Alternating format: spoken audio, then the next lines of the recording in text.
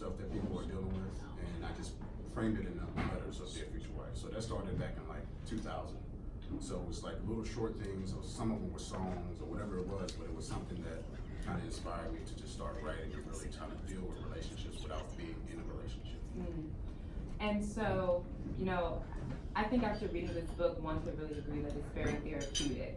There's kind of a healing that takes place, especially if you find yourself, you know, in some of those situations that you described.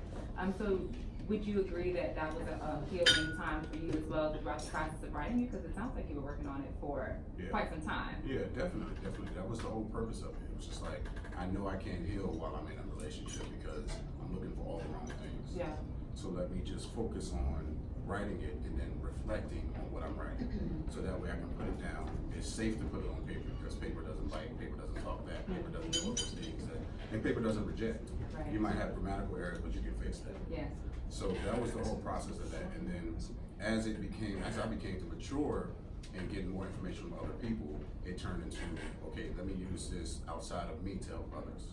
So what gave you that insight to know that, listen, I'm in a place where I'm not gonna probably be any good to anyone as far as in a relationship. How did you know that you needed to heal yourself first before you attempted to be in a relationship with someone else? Because a lot of people don't get that. A lot of people are broken, hurt, and they think that the answer is finding someone else. So how did you have that wisdom and that insight? Because I didn't feel like talking to anybody else. I mean, point blank, like I didn't feel like dealing with anybody else. I didn't feel like being vulnerable. I didn't feel like being honest with myself about relationships, and show that in front of other people, because that shows another level of vulnerability, right? So now I have to start all over and give you this when it failed the last time. And at that point, I was looking at myself as opposed to what I was receiving. So I was blaming myself for everything. So I, wanted to work on myself. So how can I show up better in relationships? Okay, awesome. So one of the common themes that you talk about in your book is dating with a purpose. First of all, what does that mean? Because not everyone here has read it and been able to, it can respond to that part of the book. So first of all, what does dating with a purpose mean? Right, so on surface level, dating with a purpose is essentially, what is your purpose for dating?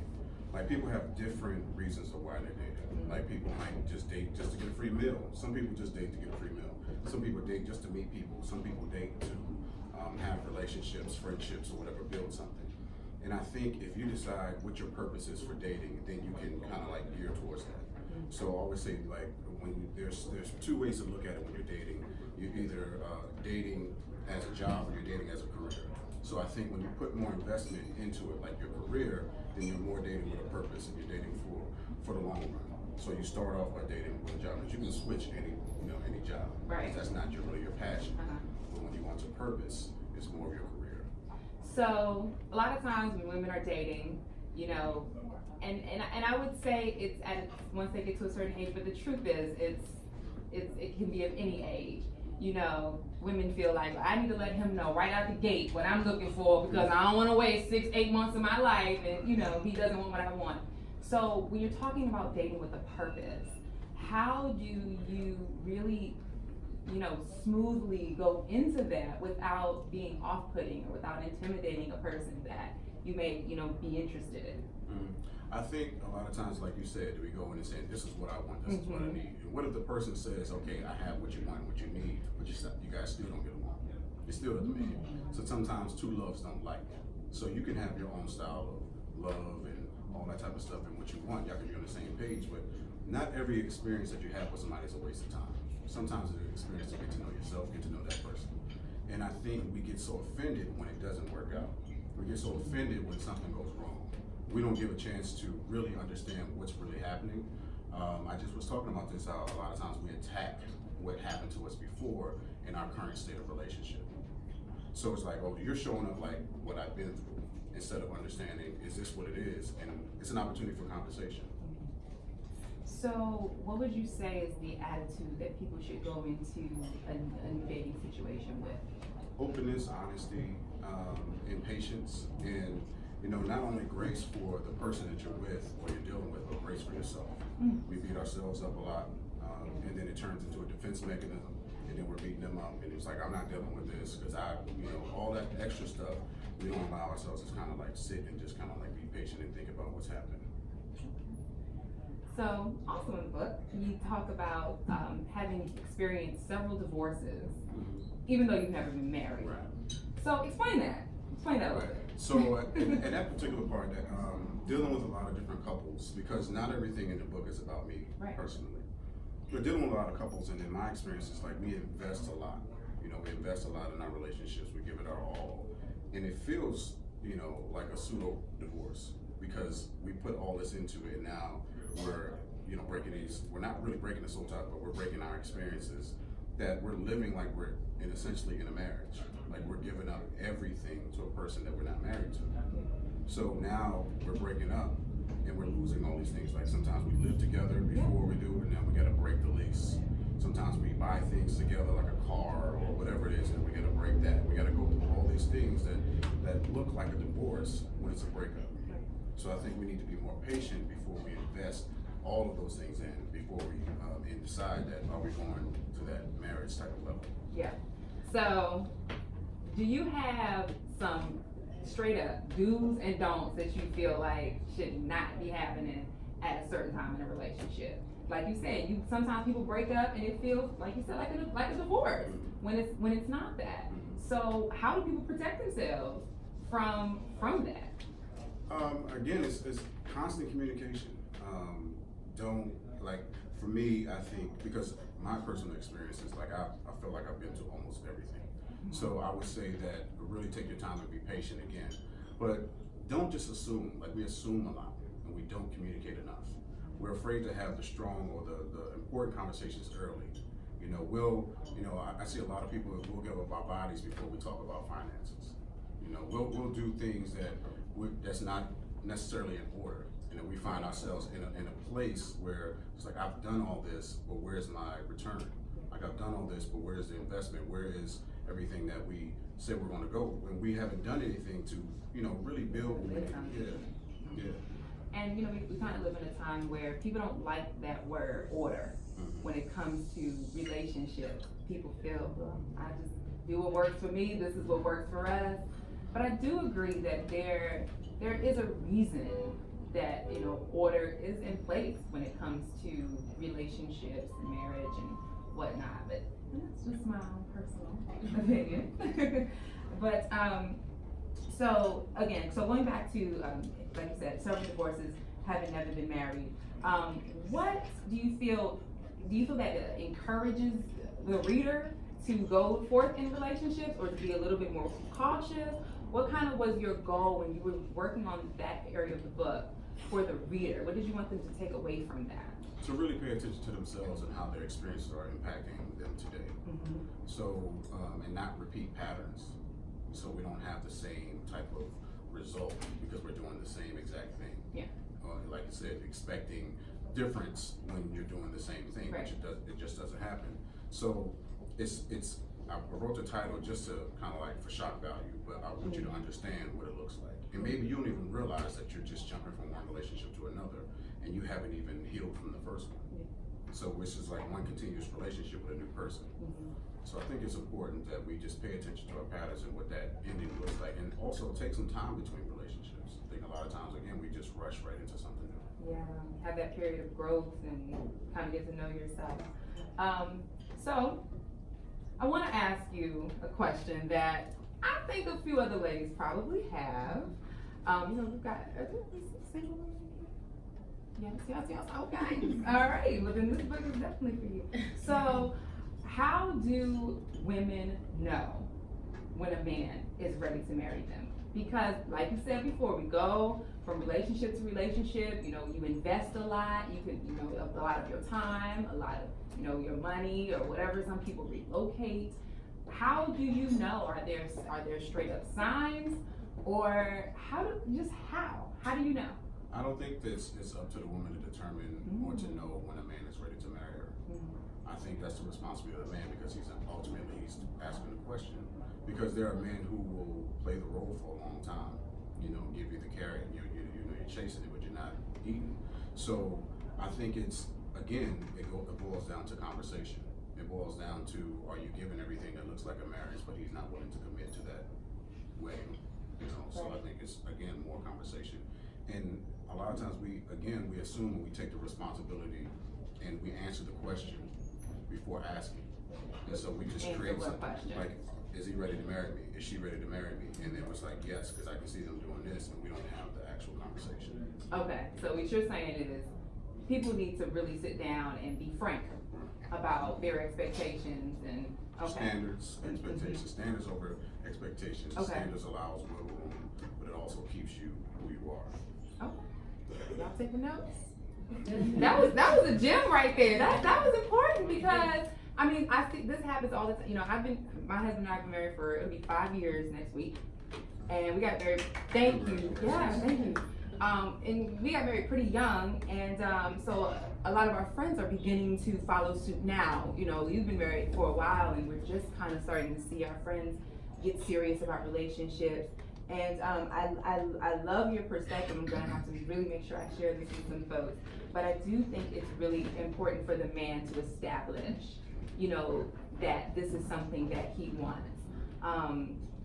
But it's easy for women to kind of pour in and get in emotionally, and you know, to want that. So how do women going forward in relationships, how do they, I don't want to say guard their hearts, but just, I guess, curb their emotions and not kind of jump the gun and, like you said, have unrealistic expectations or find themselves in a situation with a man that doesn't want the same thing that they want?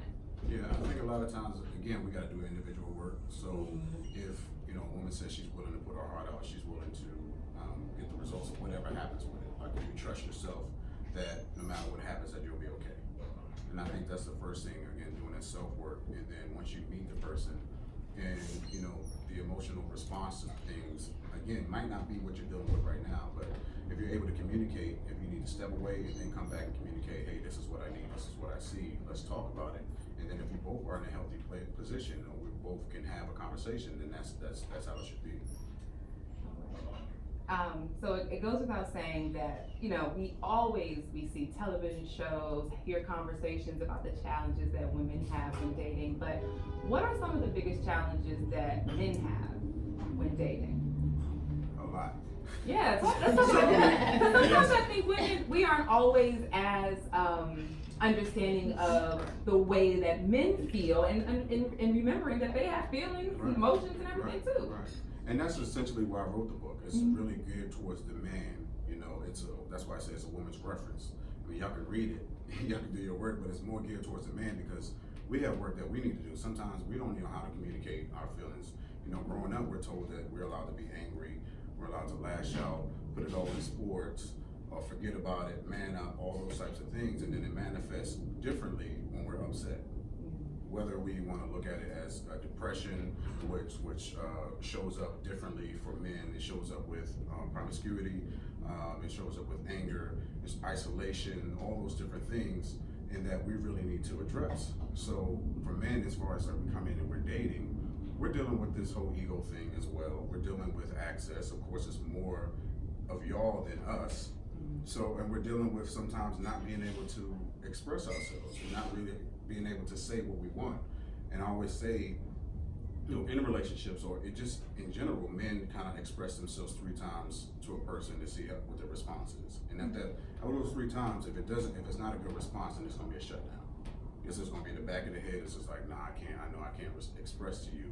So you ask me what's wrong, nothing, I'm good.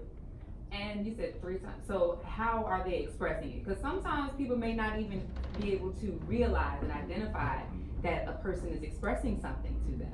So what are some of the common ways that, you know, men would make those expressions? It's all up to the individual, but I think when I say 3 times, and it's just like it might show up differently. Or if you see the same thing 2 times, and maybe it's like, hey, let's talk a little bit about that. What does that mean? But if it's like a shutdown, then it's just like, okay, well, I can't express it to you. Okay. And how do you combat a shutdown? Because they happen. How do you get that out of a person after they've decided they're going to shut down? Or can you? You can sometimes. Again, the responsibility is up to the man though. But those conversations of how you approach the conversation. If you approach it last time aggressively, or you ignored it, then you're setting the tone. Both of you are setting the tone of what it looks like the next time it shows up. So if it comes up and you say, hey, I see you're shutting down. like what's going on, then that's a more inviting conversation, as opposed to saying that you always do this. I know what that looks like. I know what you're doing. You know, come open-handed and just like, okay, or allow the person to have a chance to kind of like simmer and get themselves together. Okay.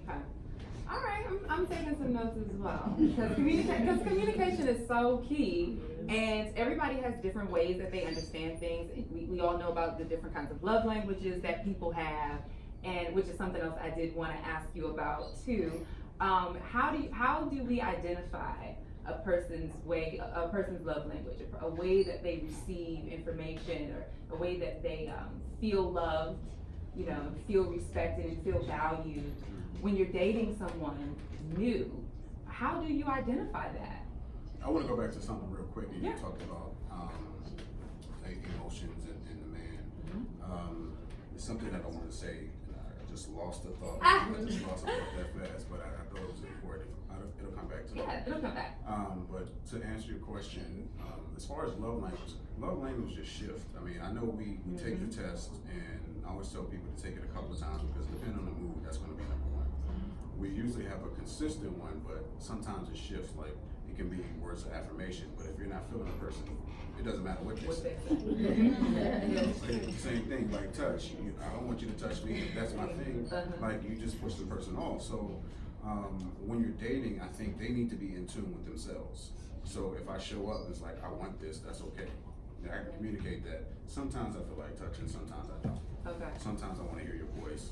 Sometimes I don't. Because words of affirmation aren't just like people say that like it's all good, but it might show up like when you're yelling at someone. Like I'm receiving your words. I'm still, and you're affirming my insecurities. You're affirming why I don't want to be in a relationship with you. Right. So we just really need to pay attention to what that looks like and really understand what the love language is, and also maybe not even complicate it and just like I like this. I don't like this. Right. Keep it simple. Yeah. Sometimes it's not even that deep. Yeah. For real. So I want to talk to you a little bit about the feedback that you've gotten from this book and how the feedback you've gotten from men differs from the feedback you've gotten from women. Okay. Well, a lot of men, they hit me up in private all the time. So women will comment on my posts for years. It's like, oh, this is blah, blah, all that. So publicly. But I've had a lot of men, and that's what kind of made me motivated to keep writing. Okay, so you gotta give us the tea. What are they saying? Because if it's private, we need to know. Well, it depends on what it is. It really depends on what it is. But I literally have men who've read my book and come into my practice. Okay. I've had men who saw my post and asked, can I be their therapist? And so sometimes they come into the practice, and this is what I want to say. They come into my practice and literally say, I finally can talk. Like they don't even want me to say anything. They just want a place that they can share. Right. Yeah. They want a place where they won't be interrupted. They want a place where they can just, this is what I dealt with a long time ago. I know it's holding me back. I just want to get over my chest. Like, how can I get over this? Like, what are some tips or whatever? And as they're talking, they're figuring it out. They're kind of answering their own questions. You saying that reminded me of something that we see and we hear, especially on social media all the time, telling women to be a man's piece. Okay? And I don't know, I have different ways that I feel about that statement because I think that it is kind of broad and it can mean different things. So, but in your experience, having talked to so many men about their relationship situations and their emotions and the growth that they experience, what would you say is the best way for a woman to be a man's piece? Well, I want to hear your theory first of all. Like, Sure. you said you have different. Yeah. Well, I think peace is important for everyone. I try to keep a peaceful home. I think that it really impacts you even outside of your home. I think it's important to listen to one another, especially to make the man that you're with feel respected and empowered and encouraged and loved. The problem I have is that I think it's kind of taken as if it's just the woman's job to be his piece when he has to be that too. And I think sometimes I think, it's hard a lot of times on women because there's so much pressure to be so perfect. There's so much pressure to have a perfect body, have a perfect, attitude, be able to cook and always be in good spirits and always be in the mood to do whatever, and there's a lot that is required and a lot that's oftentimes expected of women. And because we outnumber you all so much, it's like if you don't do it well, somebody else will, kind of thing. And so I have no problem with the idea of being a man's piece. I hope my husband would agree. He's in the back chilling. Hey, I hope that I hope that he would agree that we have a peaceful home and that I'm someone that he can talk to and feel and feel loved by. But I think that it has to also be understood that if you're in a relationship with someone, that's something that you're supposed to do for each other. It's not just and that's just that. I just feel that sometimes when you see that phrase, it can be quickly taken out of context, and it can also be looked at as if women are not peaceful. You know what I mean? Like, oh, you need to be his people. Who said I wasn't? You know what I mean? Why is that what I'm being asked to be? You know what I'm saying? Of all things. So that's a little bit. Yeah, I think realistically to put that ownership on just one person is unfair. Mm-hmm. So I think we contribute to the environment, but the peace comes from within. Like you can be the most peaceful, provide me everything that I need. If I'm in chaos internally, it doesn't matter what it looks like. So I can be searching for peace outside of me and never find it. Like I'll find bits and pieces of freedom or relaxation, but that's going to shift once I enter myself, who's chaotic, into a peaceful environment. So I'm going to disrupt everything that's around me. So again, you're just creating the environment that allows the peace to just survive. But then again, also, like if something happens, you can still find peace within a relationship, if something is going on. And I think, as couples, what we need to do, like we need to, kind of piggyback and support and create the environment of peace, but not rely solely on that person to give me peace. Right. Yeah, I can't. It's impossible. Yeah. It's impossible to do, and it's I think it applies so much pressure to a person who may be single as they go into a relationship that is something that they are required to do. But you did talk about, and did you ever finish your question, your answer about the feedback that you get from men versus women? Did you finish that? Because I don't think I heard.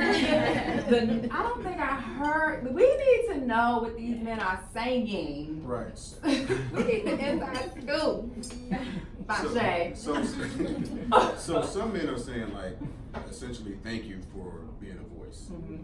Thank you for saying some things that maybe I don't know how to articulate. But what is it that they want and need from the women that they're not getting? Peace. No, I'm just No, I mean, I think really just understanding, like allowing a man to say something and doesn't, if he expresses himself, doesn't make him less of a man. If he's not showing up the way that you painted him to be, doesn't make him less of a man. Because we all have emotions and they all show up differently. Like if I mess up, does that mean that I'm a mess up? Separating guilt and shame, I think guilt is based on something that I did that I can fix. If you say shame, that's something who I am. Like don't tell me that I'm this, tell me that I messed up and we can work on it. So it's just about communication and just allowing that space for us to be vulnerable. We gotta, just like y'all fighting the world, we fight the world too. Absolutely, and I agree with that, and I think that that's very fair to say. And I think we do need to be more conscious of the fact that we're all vulnerable and emotional, and we need to have a safe place to be able to express ourselves. So I couldn't agree with that more. Now this book obviously is awesome. It's an awesome read. Can we expect this to be a series? Is it going to be a Dear Future Husband as well? I wouldn't know how to write it. But you never know, because there could be a collaboration, so what do you? So I've had some scary moments with that. So when I first started writing Dear Future Wife on my blog, I had people who used to write, like I had one lady, she wrote to every single article, Dear Future, she wrote back to it. And so that was a little bit scary. She was serious on this drug. This is her Bible. Let me let you write. Right. So I have people who come in and say, "Oh, you talking to me? I'm your wife," and I was just like, "I didn't write." Oh well. Yeah. So stuff like that. As far as like a collaboration, I don't know. Okay. Yeah, I don't know. Okay. But yeah, I am in the process of writing different things, Okay. like a biography, something about mental health in men, social workers, personal journey. So I'm working on some other stuff as well. Cool, and I want to open the floor for some Q&A, but just you mentioning mental health made me think of one kind of, I guess, closing question. How do you feel about the climate of things now with the conversation of mental health, especially in the Black community, really coming to the forefront? I love it. I've been talking about it for a long time. Even when my mother used to argue with me about it. Talk about the church and mental health. Tell me just pray about it. Yeah. So it's documented on Facebook. But no, I love the fact that more people are coming out and talk about it. We still need to have the conversation. We need a lot of more professionals coming out, and we need a lot of more male representation, to be honest with you, to talk about these things and to showcase us talking to other men as clinicians and having that healthy dialogue, and sometimes that unhealthy dialogue to get people to address these issues. Yeah. I say it all the time that I think it's so important, especially for Black people, to be serious about their mental health, because we have had such a unique experience historically in this country that we are not the same as everyone else, and we need to talk about things. We need to get the help that we need. So I'm just gonna say that if you need to talk to somebody, pray about it too. Amen. But that works. But sometimes that's not all. And we're people who we're meant to be embraced by other people. We're meant to talk to people and have conversation. That's important. That's why we're on this earth, not by ourselves. Right. Just us and God. Right. And I think like we've always had counselors in our community. Not professional, but we've always had counselors in our community. Like we talked to the great aunt, we talked to grandma down there, we talked to the uncle over there who had all this information. They've always been there. Now we're professional. Now we can keep it a secret. Now the whole neighborhood does that. Right. So when grandma get mad, she gonna tell, Yeah. so now you can go That's talk real to too. the So now we have the safe space that we need in our community, and we have people who can relate cultural competence experiences, who can really understand what we've been through or what we go through on a daily basis. I can walk out of my office and experience trauma because of what I look like. And then we just brush it off and just saying, oh, that's just how it is. But it shouldn't be like that. That's not normal. I was watching a documentary, I think the Wu-Tang documentary, and he was talking about his experience. He had to take care of his siblings who had MS, and he was just talking about like he was doing it. His mother, he was like I think 8 or 10, and he had to take care of his younger brother. He was like his father left, regular-ish. Like, why is that regular? That father leaves, and then his mommy, son, kids, like we just normalize stuff that should not be normalizing trauma. Yeah. And that's exactly why I say what I say is our experience is very different, than almost anyone else, any other group of people in this country. So it's very important to make sure we're talking about things, especially to professionals. So I do want to open the floor up for some questions. I know y'all have some exciting questions, some tea y'all want to hear from Bashea. So, does anyone have any questions they'd like to ask? I have a question. Yes, ma'am. You brought up the word peace. Could you define peace For myself? for this conversation? When you say a man wants a woman to be his peace, or is that what you said? Well, I was talking about there's a I guess a phrase that kind of goes around the internet that says be a man's peace, and we were just kind of dialoguing about what that actually means. So that's not something that I was kind of saying is my What is the definition of peace? Well, for me, peace is being able to feel free, to be able to feel liberated, to be able to be loved, to be in a state of calm where I can think, where I can grow. Yeah, that's peace for me, where I can feel happy and mostly feel free. I'm the type of person where freedom and liberation is extremely important for me. I love to have that spirit in my home, you know, that people can feel safe and secure and be able to express themselves and to be able to feel free to love, you know, each other. And for me, when I'm in that type of environment, I am certainly at peace, for sure. But I think it means different things to different people, for sure. I think like peace is just, you're able to be okay wherever you're at. Mm-hmm. Whatever's happening around you. And not controlled, for me, not being controlled by your circumstance. Being able to be steadfast, right? No matter what's going on around you. Being able to be strong in your response. Be able to be responsive rather than reactive. You know, that is important for me as well. That's special. That also, that too, peace is control. Like you said, like you're in an environment, even if it's hectic, like I'm able to center myself and be okay. Mm-hmm. Like I'm not gonna respond to this because somebody else is acting wild.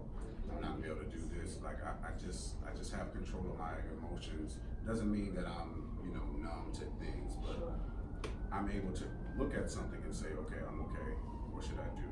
And that's peace, even when you're going through a chaotic situation, even when you're maybe stressed or scared or whatever, like you still have your foundation of peace. Like I can go back to this and be like, all right, I'm good. Right. Yeah.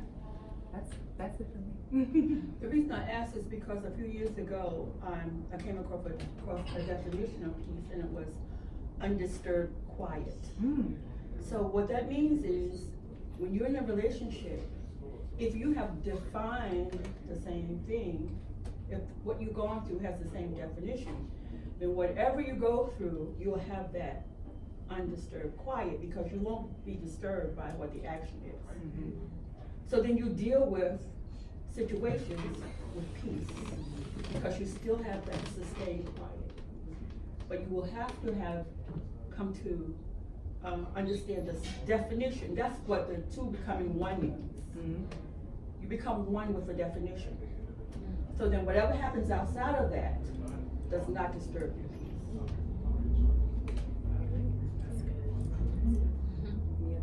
You basically said what I just said. She said it better. You know, you get it from your mom. So I have a question, just in terms of like, we have a 17-year-old, like, you have a son, some of us have children, like, what should we be telling our children so that we can kind of break, you know, some of the cycles? Like, are there some things, is it more of a show better than tell, or are there some things that, you know, some conversations we should be having with them? It's definitely both. I think we gotta be honest. You know, we gotta be honest with our kids. Like, we try to protect them from things and they find out somewhere else. You know, we are setting an example. They're watching, whether we know they're looking or not. So, always showing up and having those conversations and being candid, you know, because the world isn't hiding anything. The world comes at them hard. Like, I have conversations with my son I've never had with any of my parents. I've had conversations with my son that I kind of shocked myself that I'm really talking like this. But I was working with a young man who was struggling with, he was, I think, 13 or 15. He was struggling with masturbation. And then I'm working with a grown man who's 42, struggling with the same thing. So it started there. So I said, why am I not having this conversation candidly with my son? So again, having those conversations, showing up, and then not sugarcoating. Real words and real conversation. Any other questions? Oh, I know somebody else got something. So, piggybacking off of the peace comment, I think a lot of times when men say that, it's basically telling women, I don't want to come home to some more mess. Right. Like, but again, as women, sometimes we notice things in our men and we want to confront the issue without disturbing his peace. And you actually talk about this in your book. you say, you know, you're wondering why she's acting insecure, but you've done something to incite that insecurity, and we've got to do better as men. So I guess, what is your advice to women when they want to approach a difficult topic or maybe some questionable behavior, but also not disturb his peace? I think, but again, if something's not right, we need to have a conversation, not wait until the routine is created. So now it's like, you've seen this happening, so what's up now? But it's, again, a conversation shouldn't always lead to chaos. It shouldn't always lead to an argument. If you guys have a relationship, then you guys should be able to talk about that stuff without anybody getting all defensive, because what are you getting defensive about? So, you know, me, you know, I see clients all day, and sometimes I don't want to talk when I come home. So that's just who I am, but that's because of what I do. But I still allow Grace to kind of listen and talk. But if there's something going on, let's have a conversation. And because if we wait too long, and then it shows up differently, and now you're doing something, and then we're both disconnected, and then we're having a conversation about our disconnection, and we're not connected. So it's just like, we wait too long again. Okay, so I find that a little bit confusing, because you just said that sometimes you come home and you don't want to have a conversation. But if there's an issue, then we need to have a conversation. So if you come home and you don't want to have a conversation, then when does that conversation happen? Well, I'm saying for me personally, because again, like on certain days, like Thursday, Friday, Saturday, Sunday, Monday, Tuesday. Tuesday, Wednesday. But seriously, like on some days, like but you know your significant other. Like for me on Thursdays, like I'm not gonna have anything, because I start at 9 and I end at 9. Right. So I'm not gonna have anything. But we have Friday, we have Saturday, we have Sunday. Okay, so maybe another day. Yeah, so again, but it's also based on the approach too. You know, if you come at me like hard, or you come at a man hard, you come at a woman hard, and I'm like, whoa, what are we talking about? Because again, sometimes we attack from the emotion, or we're so busy fighting the attack that we don't get down to the issue because of the approach. Yeah, I would say to that, not that you asked me, but I would say that, first of all, patience. Sometimes you just have to be patient with the person. Sometimes people just aren't ready to discuss things because we are, you know? And I think that is love.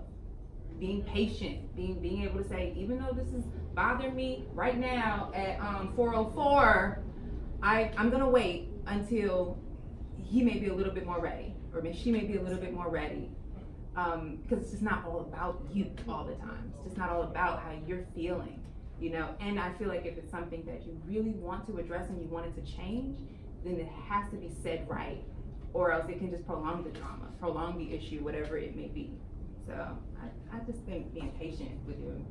Yeah, and the approach is understanding as opposed to already at your result, or already at your emotional state. And it's like, I just want to know what's going on. Like, what does this mean? Like, what is this happening? So again, this approach is a conversation as opposed to telling this person what's happening. Can I just add something? I think that with all of that, I think in being patient, you also have to set a time limit. There has to be an understanding in the relationship that if I'm more of a, I need to know right now, and you're of a, I need to digest, then having a complete understanding of, okay, well, what does this look like where it's comparable for both of us to be able to really have time to think, process, and then reunite. Because if you're just gonna say, oh, we're gonna be patient, what does that look like? When are we gonna have this conversation? Or it just, you know, goes on, you go on with life, but you're still, one of you are still holding on to whatever that is. So I think, yes, you have to be patient, but you also have to speak that same language where everybody is in the complete understanding of when are we gonna have this conversation. If it's 24 hours, cool. But no, this one right here, I'm ready. That 24 hours. I think both people have to be sacrificial sometimes. Yeah. For sure. For sure. Now I actually have another question for you. I was thinking, obviously this book could be 3 times the length that it is. I'm sure there were things that you thought about that you said, you know what, maybe next book, can't get it. So if you could add a chapter to this book, not that it needs it, it's perfectly, but if you could add a chapter to the book, what would it be called and what would it be about? That's a good question.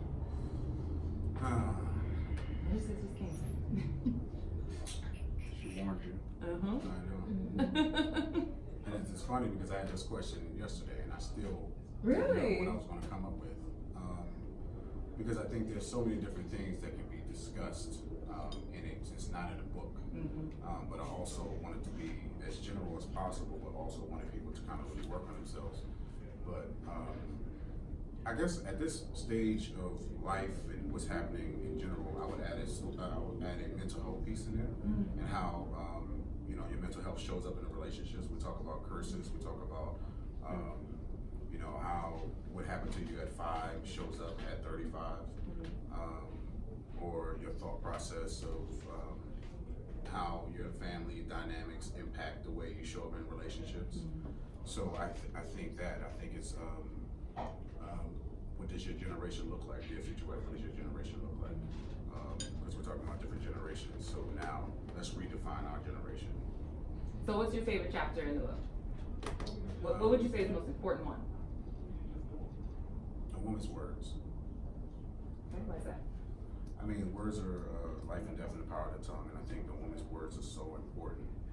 Just speaking into a situation, a relationship, you know, that confidence when you're struggling, and also being available to hear those words. So, I mean, it's twofold. It's not just what you're saying, how would you receive it as well. And I credit my mother for this. Like, I still have letters when I was in college that she used to write me, and I was like, I gotta read this. But you know, I still have them. It's so powerful, you know. So I think a woman's words are so powerful. Again, credit to my mother. Like, when I was about to skip class, I would hear her yelling, "Get up!"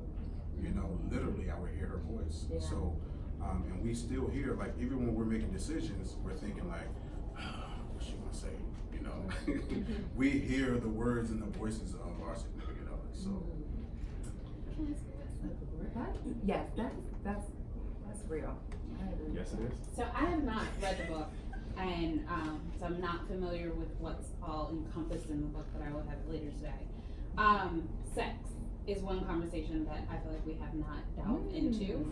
Yeah. And one of the things that I feel like has been a huge topic of conversation between a lot of my married friends is men not being interested in having sex, which is, to me, a spin on the conversations and the, you know, status quo of what people think actually happens.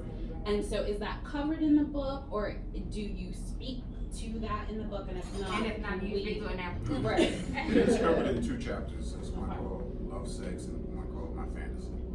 So it doesn't go into details of like once you're in a marriage, but it talks about the emotional connection to sex from both sides.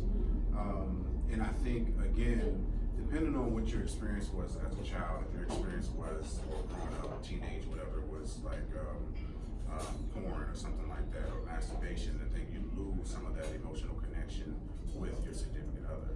Like, we create this fantasy, and I think both men and women, so we lose the intimacy part, and we're fighting at the same time because we're picturing what we saw on TV, picturing what we saw on the video. And I think a lot of times also, like, there's things that happen like naturally, biologically, loss of testosterone.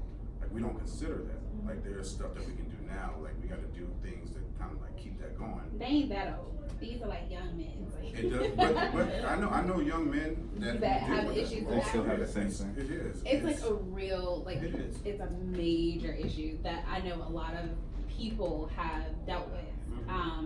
I've dealt with it, like, you know, in my relationship. So, I mean, I was just curious if that's something that is actually like articulated in the book, where there's an understanding, because there are a lot of women who are confused, and they're just like, this, my husband does not want me. Is he no longer attracted to me? Is he gay?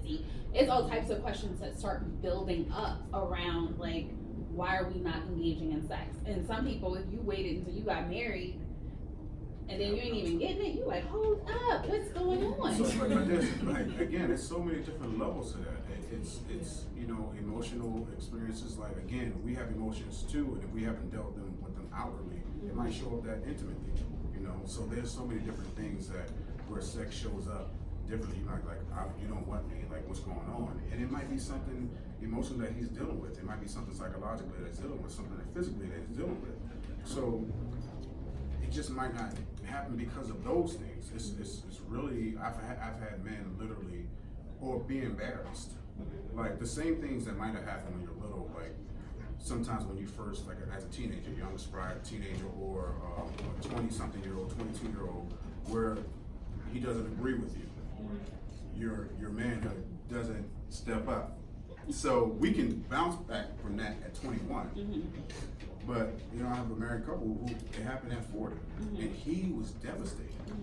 And she's asking the questions that you're asking, but he doesn't want to experience that again, because what that led to their moment of intimacy, their communication, their understanding of each other.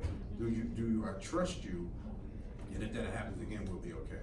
Or are you looking at me sideways? Or you're yelling at me like, come on, you wanted this, and now all of a sudden I can't show up like that again. I have a question kind of to follow up on your question. So as you kind of stated, that can be a challenging conversation for couples to have. I mean, even if you've been with someone for a long time, you know them very well, still, it can be a tough conversation to even bring up because it's so emotional and it's so, you know, it's tied so much into, like you said, our manhood and but one's manhood, confidence. And so how do women go about having that conversation if that's how they're feeling? Because sex is a very important part of marriage. I think we're not confused, but sometimes we miss their moments of intimacy before we get to sex. So sex can be, foreplay is way before you guys even get to the bedroom. Right. Like you have intimate conversations, you have the slight of touch, you have things that you build you guys like that you used to do to kind of create that environment. Like get creative, like you do the different things that you did before you had sex. Like when you first started dating, you know, we did all these romantic things for each other, and then it led to that. So we have to continue that pattern so that continues as well. And sometimes intimacy looks just good, just laying together and just having a conversation. You know, again, touch, conversation, all those things lead to that.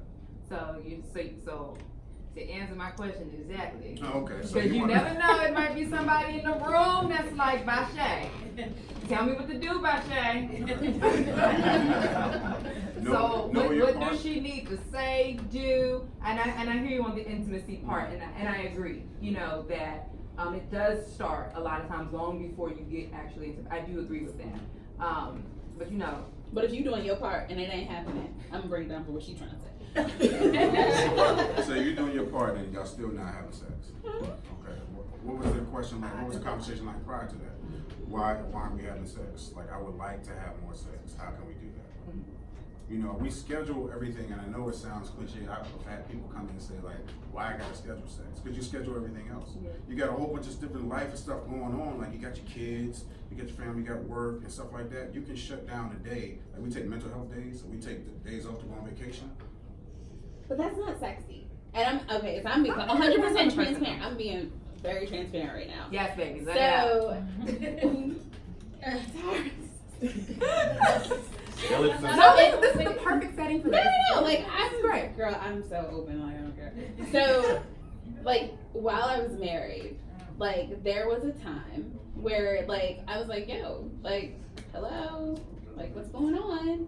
And then like I was like, yo, like are you just like disinterested? And then he was like, well, how about I put you on my calendar? And I was like, what?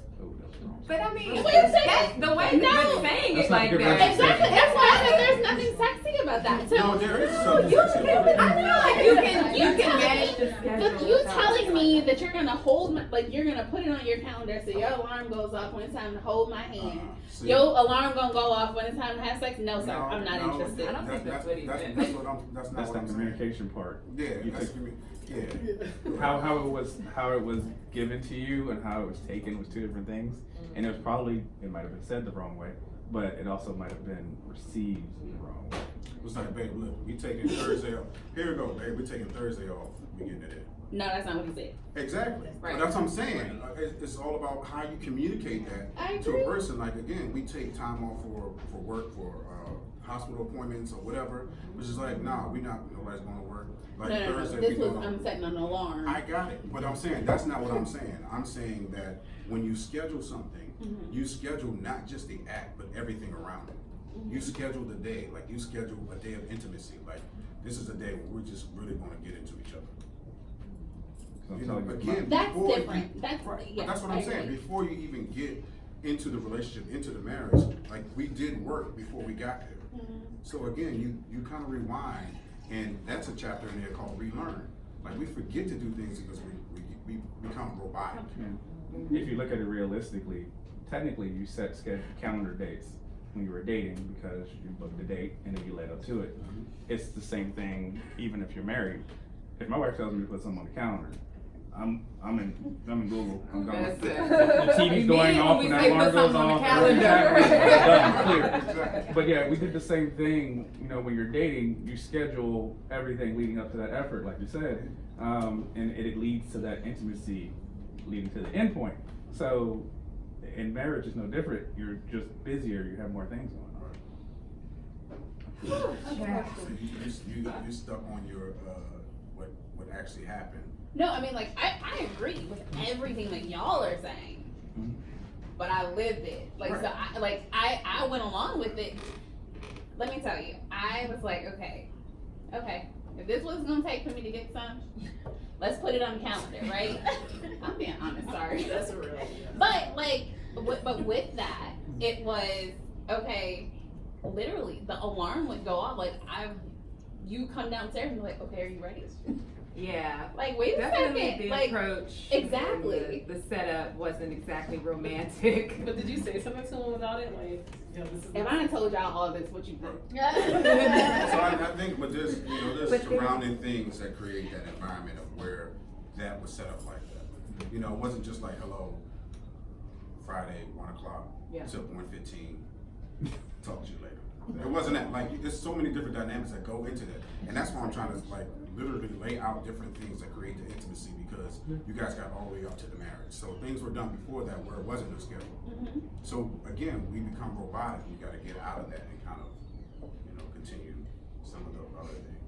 I mean, it doesn't matter now, but I'm just saying that happened in real life. Well, no, it matters because, I mean, I hope that you don't find yourself in that situation in another marriage. But I mean, those conversations, they're usually always have to be had Oh, yeah. in a marriage, in a relationship or whatever, not even outside of marriage, but just in a relationship in general. So, I think the communication piece though is so important on both ends. Absolutely. Like, you really have to make sure when you're talking to someone about something that, really anything, but especially something that's sensitive, it's got to come from a place of love. It just has to, if it doesn't, it just can't come from a place of selfishness. It just has to come from a place of, I love you, I'm really concerned, I want to know what's going on, what can I do? Sometimes we have to lay it on ourselves, Did you have a question in the back? I do. Yes. Hi. Sorry, Hi. I'm a little late. I know Bashea because we were on a podcast together. Hey, Yes. Bashea. How are you? How are you? Good. We were on a dating, I'm sorry, not podcast, a panel together for the Black Bourbon Society. And I was very excited to come to this event. Sorry, I'm late, traffic. But I have a question about strong women. So being today's woman, especially today's Black woman, I feel like a lot of us have really pulled ourselves up by the bootstraps, we've become very successful in our careers, and we want to bring everything to the table for our future partner. However, I've heard, I have 3 brothers, that women who present themselves as strong look like a lot of work. Or women who present themselves as strong seem like they're unapproachable. Or women who present themselves as strong seem like they don't need a guy, a man. What advice do you give to women for that? Because I noticed for me in my past relationships, I would be very strong at work, very strong in my career, successful, etc. But then when I would be in a relationship, I'd try to take the back seat a lot. Like I really try to tone it down. I really try to, whatever you want. Stepping your life, you know, kind of a thing. But that didn't feel genuine to me, and I want to be able to bring my full self, and I think that all strong women want to bring their full selves. But how do we do that in a way that still is inviting? And is it up to us, or is it up to the man to kind of shift that perception? I think it's both. It's definitely in the book. I talk about that, and I've actually been working with a lot of successful women who are leaders in their respective fields and kind of like running everything, and that's just to change the climate a lot anyway. So, and I think again, it boils down to communication of when you show up at work, who are you presenting yourself as? I think a lot of times and this is an unfortunate experience, sometimes when women who had bad experiences and they say, forget relationships, I'm gonna focus on my career, and then they lose the sense of intimacy or availability to anything besides that doesn't disrupt where they're at. And then I think men have the same issue too, like when we say we want to wait until I got everything perfect before I go into a relationship. And then now we're all kind of like backtracking and we don't know how.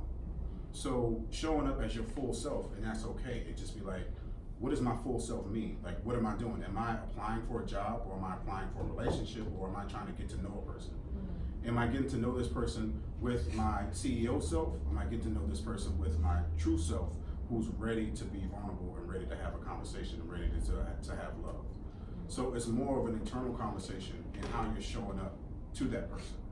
And we'll follow up to that. How can strong women who might not be great at being vulnerable become more vulnerable? Like, what are some tips or advice that you can give to women to tap into that? Because it can be scary sometimes. Right, and I think and so we use the word strong man and strong women, but I think if we're afraid to be vulnerable, how strong are we? Mm-hmm. Because are you really strong because if something happens and I can bounce back? Like, I'm strong enough to bounce back from anything that I experience. Mm-hmm. So we use this label as strong, but I'm not gonna show you my soft side. So I think we really need to have conversations, right? So the tips is like really understand and define what strength is. Strength is in recovery. Strength is in saying, this is me on my soft side, what are you gonna do with it? And then if you don't treat it right, I'm gonna be strong enough to walk away. So can we define strength as confidence? I mean, yeah, I mean, it can be, but again, confidence shifts. So it's confidence that I'll be okay. It's confidence that I'm gonna trust whatever happens. And there's confidence, and we don't always have confidence. You know, we walk into situations insecure. Everybody has insecurities. Like, we can't pretend like everybody has it all together. Like, I'm just this perfect person, and I'm not scared of anything. Nothing intimidates me. Like, that's unrealistic. We're just pretending. But again, coming back to say, I have my insecurities. I know what it is. I know what I don't like because it's making me feel some type of way. Let's have a conversation about it. Instead of responding to our insecurities with attacks or distance or, you know, lack of communication, whatever that looks like. I have a question about what you teach the kids, because I know you're really concerned about it, especially, and you said have real conversation. But what would you teach your kids as it relates to sex? Before marriage, or is that important? Yeah, I mean, on every single aspect of it, if they decide to, what it means, what it looks like, what happens, what it can lead to, what happened to the person personally, and how that shows up, like why you should wait. If you do, but again, you know, we used to push wait until you get married, abstinence, and we also need to really understand the difference between abstinence and celibacy. That's number one. But define that. I was gonna say, if we need to understand it. So I mean, we go around, like, I remember years ago, I started a group, like a celibacy group on Facebook, right? And then I really got into the definition. That's what I was not a part of. We talked about it on the trip. Did we talk about it on the trip? All right, my bad. I forgot. But, yeah, we talked about, I started a whole group on celibacy, and then I really got into the definition and how it's impacting my thought process when I'm going into a relationship. Because celibacy means that I don't want to have a relationship. I don't want to get, it's like essentially like a nun, the priest, the type of thing. So I don't want to ever get married. Like, I'm running from all of that. I'm keeping myself distant from all of that. Abstinence is to say I'm waiting. I'm I'm waiting until the time is right. I'm waiting until my relationship, waiting until my marriage, whatever that particular person decides to do. So once we get an understanding of that we're, again, it's purposeful. It's not just blocking everything out. So again, it's words manifesting. It's important to do that. So if we tell a kid that you should just wait, let's have a conversation of why you should wait. Let's have a conversation, if you don't wait, what you need to do. Let's have a conversation of the dangers of it, and be honest, like, it feels good, and all those conversations need to be had. Like, we just used to be so straight line, and then kids find out, and just like, this is nothing what mommy and daddy said. I don't know why they said that. So we gotta be honest, and like, this day and age, there's so much access. They can log on and see what sex means to 20,000 people at one time. Yeah, I agree. I mean, it's so important to start to shift the conversations, and really be real with our kids, because they're so smart. They're so much smarter than a lot of times we give them credit for, and it's a disservice to them, I think, to not keep it real with them. Of course, things have to be appropriate for their age and for them to understand, but I feel like kids can understand a lot more than we think. And I mean, if they're our kids, the way we're talking to them is the way we're raising them. The way we're raising them to think, So, and I did kind of want to go back to, Mama, did you finish your question about strength and that you had? Were you okay? Just wanted to make sure. And also, for everybody who has like little boys and stuff like that, this is a conversation I had with my son, and I told people that the same conversation that we have with our little girls about the menstrual cycle, we need to have about wet dreams with boys, because that happens to us, and we don't know what's going on. We don't have anybody to talk to about. This is what happens. Yeah. Okay, so has that happened? It's gonna happen. Yeah. If it ain't happened. Right. So yeah, I just want to put that out. Someone had, you had mentioned, being a strong woman, and you were your response was just talking about the strength that there is in vulnerability and everything. And I just wanted to comment on that, because one thing that I've learned, especially in the recent years of my marriage, is that the more I communicate and the more open and honest and real I am, the more free that I am, the stronger I feel and the stronger we are, so I've just learned to just open up, and it's okay. It's okay if you open up to somebody and they don't receive it like you want, or they judge you for it, or that's on them. Like, I feel like when we are not vulnerable and open, then we are locking ourselves up. And it sucks for you. It just sucks for you, really. I mean, now they don't understand you. Now you don't understand you. Now you mad. You getting old. You feeling some type of way. I've just learned that if I have to say something, I'm definitely going to check myself and make sure I'm saying it in a way that is with kindness, or that is with whatever is needed for that conversation. If it needs to be a serious conversation, whatever. But yeah, I'm not going to hold back, because that suppresses me. You know what I mean? So, and there's a beauty in being able to be open and being vulnerable. It's a beautiful thing, I think. I really think it's an attractive thing too. I think a lot of people think that on the level. So actually, one topic we did not talk about that has just come to my mind is social media as it relates to relationships, because this is a social media generation. Like, let's just be honest, okay? And social media is a big part of people's relationships nowadays.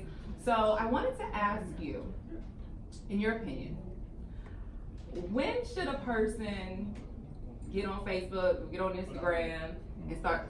Y'all looking at me, y'all know what I'm about to say. When should they start, talking about their boo? Because we've all either been there, or we've seen somebody just boasting about their relationship and all these trips they take and all the love they're in, and then boom, it don't work out. So how do we know? How does one know that it's okay? I think it's important to understand, what does social media mean to you in regards to your relationship. Like, is social media, does that define, or does that put the exclamation point on I'm in a relationship? And I think, again, building the foundation of the relationship where if you do go on social media, nothing changed between y'all. Like, it doesn't matter what anybody says, your relationship is still your relationship. It's not social media's relationship. Because I think a lot of times people post to say, look what I got. And then, like you said, the breakup is like, look what I had. Look what I got. Look what I'm in. Look what I'm dealing with. So social media, it's just like, but, you know, I've had conversations with people who, like, pre-social media, like, there's still been, you know, failures and stuff like that. And it is about how you operate on social media. But, you know, again, like, I'm coming with a whole program where I was talking to Kelly and Winter about this, about like 90 days offline, just like working on you and your relationship. And you decide if you want to go public or not. You decide what you want to show up in your relationship. So you're saying for the first 90 days of the relationship, It is that doesn't, what you're saying? it doesn't have to be the first 90 days, but when you meet each other and you decide, okay, I want to go into a relationship. Again, what is your relationship with social media? Right. So you can literally go offline because you go online and there's distractions. You got an argument and you see a happy couple. You want to go on a trip, y'all can't afford it right now. You see a couple on a trip. Yeah. Like, it's so much access now to People's lives. fake happiness. And everybody's pretending like, because we on this trip doing a photo shoot, but as soon as the picture go off, like, we walking our separate ways. Like, you almost breaking the camera. It's like, I don't know why we're doing this, because we got to keep up the facade. So, yeah, I think it's, again, your relationship with social media and with that person, like, what does that mean? To be validated. A lot of people are looking for validation online. And I feel like, if I can chime in, I feel like that they feel that if it's there, then if they have a position in your life. You know, I was seeing someone at one time, and I was actually in the car taking a selfie, and he was like, "Well, I know when you post me, it's official." And I was like, "Okay, we're done." Like, it was in that space of, you know, it's not. I mean, you should know that you're official already, so clearly you are the one. But it's almost like this. You know, if everybody else approves, if the world approves, then it means something. And we place so much weight of our lives and relationships in other people's hands that we don't even have ownership of it anymore. Right.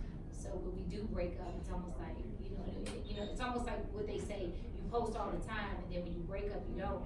And then the meme is like, you know, what happened? Right. So look what's going on. Right. So, you know, it's a turn off. Like, you know, if I post, it's gonna be, we celebrate our 5-year anniversary. Right. You know, I had a whole marriage. Right. And I think you do invite the energy in. Big on energy. I think you do invite the negativity in, or, you know, the things in where you may get more DMs when you say you have somebody than when you don't. But it's just, it depends on who you're in a relationship with. But also, you know, what the expectation of that relationship is, and it's not to let the world know. As long as we know. And a lot of people are okay with that. And I just like to add, I think that people do it too for people they don't even know. Like, we have so many friends on Facebook that we don't know. Your real friends know who you're in a relationship with. Right. And so once that's solidified, then social media really shouldn't matter, but people do come by it. Yeah. I was gonna say too, it's also something to be careful of with people pressuring you to post your relationship on Facebook. I've encountered that and seen that, where people say, oh, unless you're Facebook real, you're not real. It doesn't matter what other people think. Wow. You know, because some people are like, oh, well, did he post her? Did she post him? Then they're not official. A lot of people also look and say, well, if she's doing all the posting of him, but he has nothing of her on his page, that's shady, fishy. It's just all this perception around social media. So you kind of have to figure out where you fall and again, how you use social media and decide for yourself, you know, what you want. But I think that people have to be careful of being pressured. Right. And don't read into it if people are saying, well, unless you post them on Instagram, it's not real, girl. It's real if I'm laying next to you at night and we're waking up the next morning. Like, that's enough, you know, and it's, yeah. But I think it also falls in line when you get who you are. It don't even worry matter. about anything else. And You're living in your authentic self. Yeah, and then there's the other side of it too, people who use their relationships to help other people. You know, some people just like to post their relationship because they're happy. I get that part. But there's other people who have like actual couples and they say that's my purpose. My purpose is part of that to kind of like motivate other people. But if again they did the work offline before they became online, couples and celebrities. And that's what I was gonna say. That's the part that you don't see. It's the work. I mean, even if you're posting and you're happy and it really is what you're saying it is, there's so much work that really goes into making relationships work and marriages last. It can never be fully expressed in a photo, you know. So I think that's the thing that gets lost too. People miss the work. Yeah. Right, and I think a lot of it, right, is a lot of what's been said is we tend to protect what's sacred to us, right? What's special to us, and we're two individual people trying to figure each other out. So then you open yourself up to a bunch of other people and their insecurities, and they're projecting their stuff onto you, and that's just a lot, right? You're barely functioning with each other, and then you're opening yourself up to everybody else's opinions, and it can become a lot. So Very true. that's what happened with me and Idris Elba. I know, girl. Your whole wife. Your whole wife. We were doing so much work behind the scenes. Oh my gosh. Well, I have to tell you all, this discussion has been something. I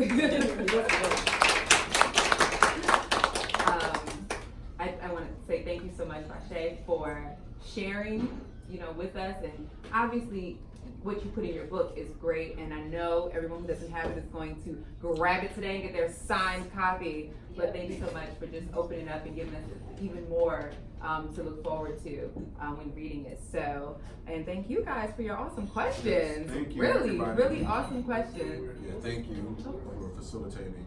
I thank everybody that showed up to here to support me, support my book, and I appreciate y'all. Y'all really don't know how much this means to me. So I am forever indebted. And if you guys got questions, as long as it's not on Thursday. But no, I appreciate it, and I appreciate everybody showing up. I love you all. I would like to ask my question. You I would like to ask my question.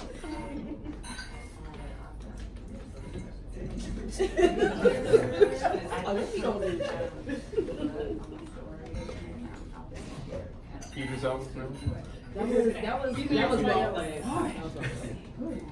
very sad about it. I see that. So if you don't have the book already, please feel free to, Bashea is going to be signing. And if you do have the book, grab one for a friend. Let some friend with one.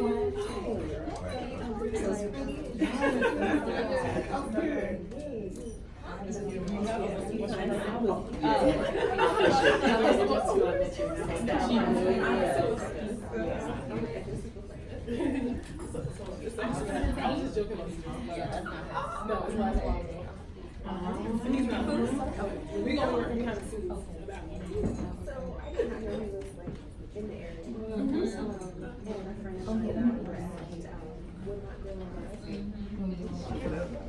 Is it right here?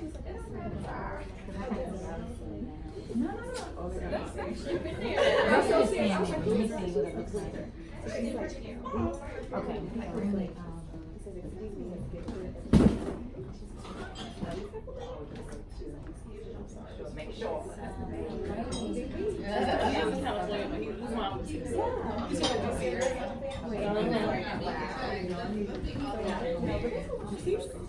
Yeah, he's good friends with a couple of my friends and her brother as well. So, I mean, so I have a connection.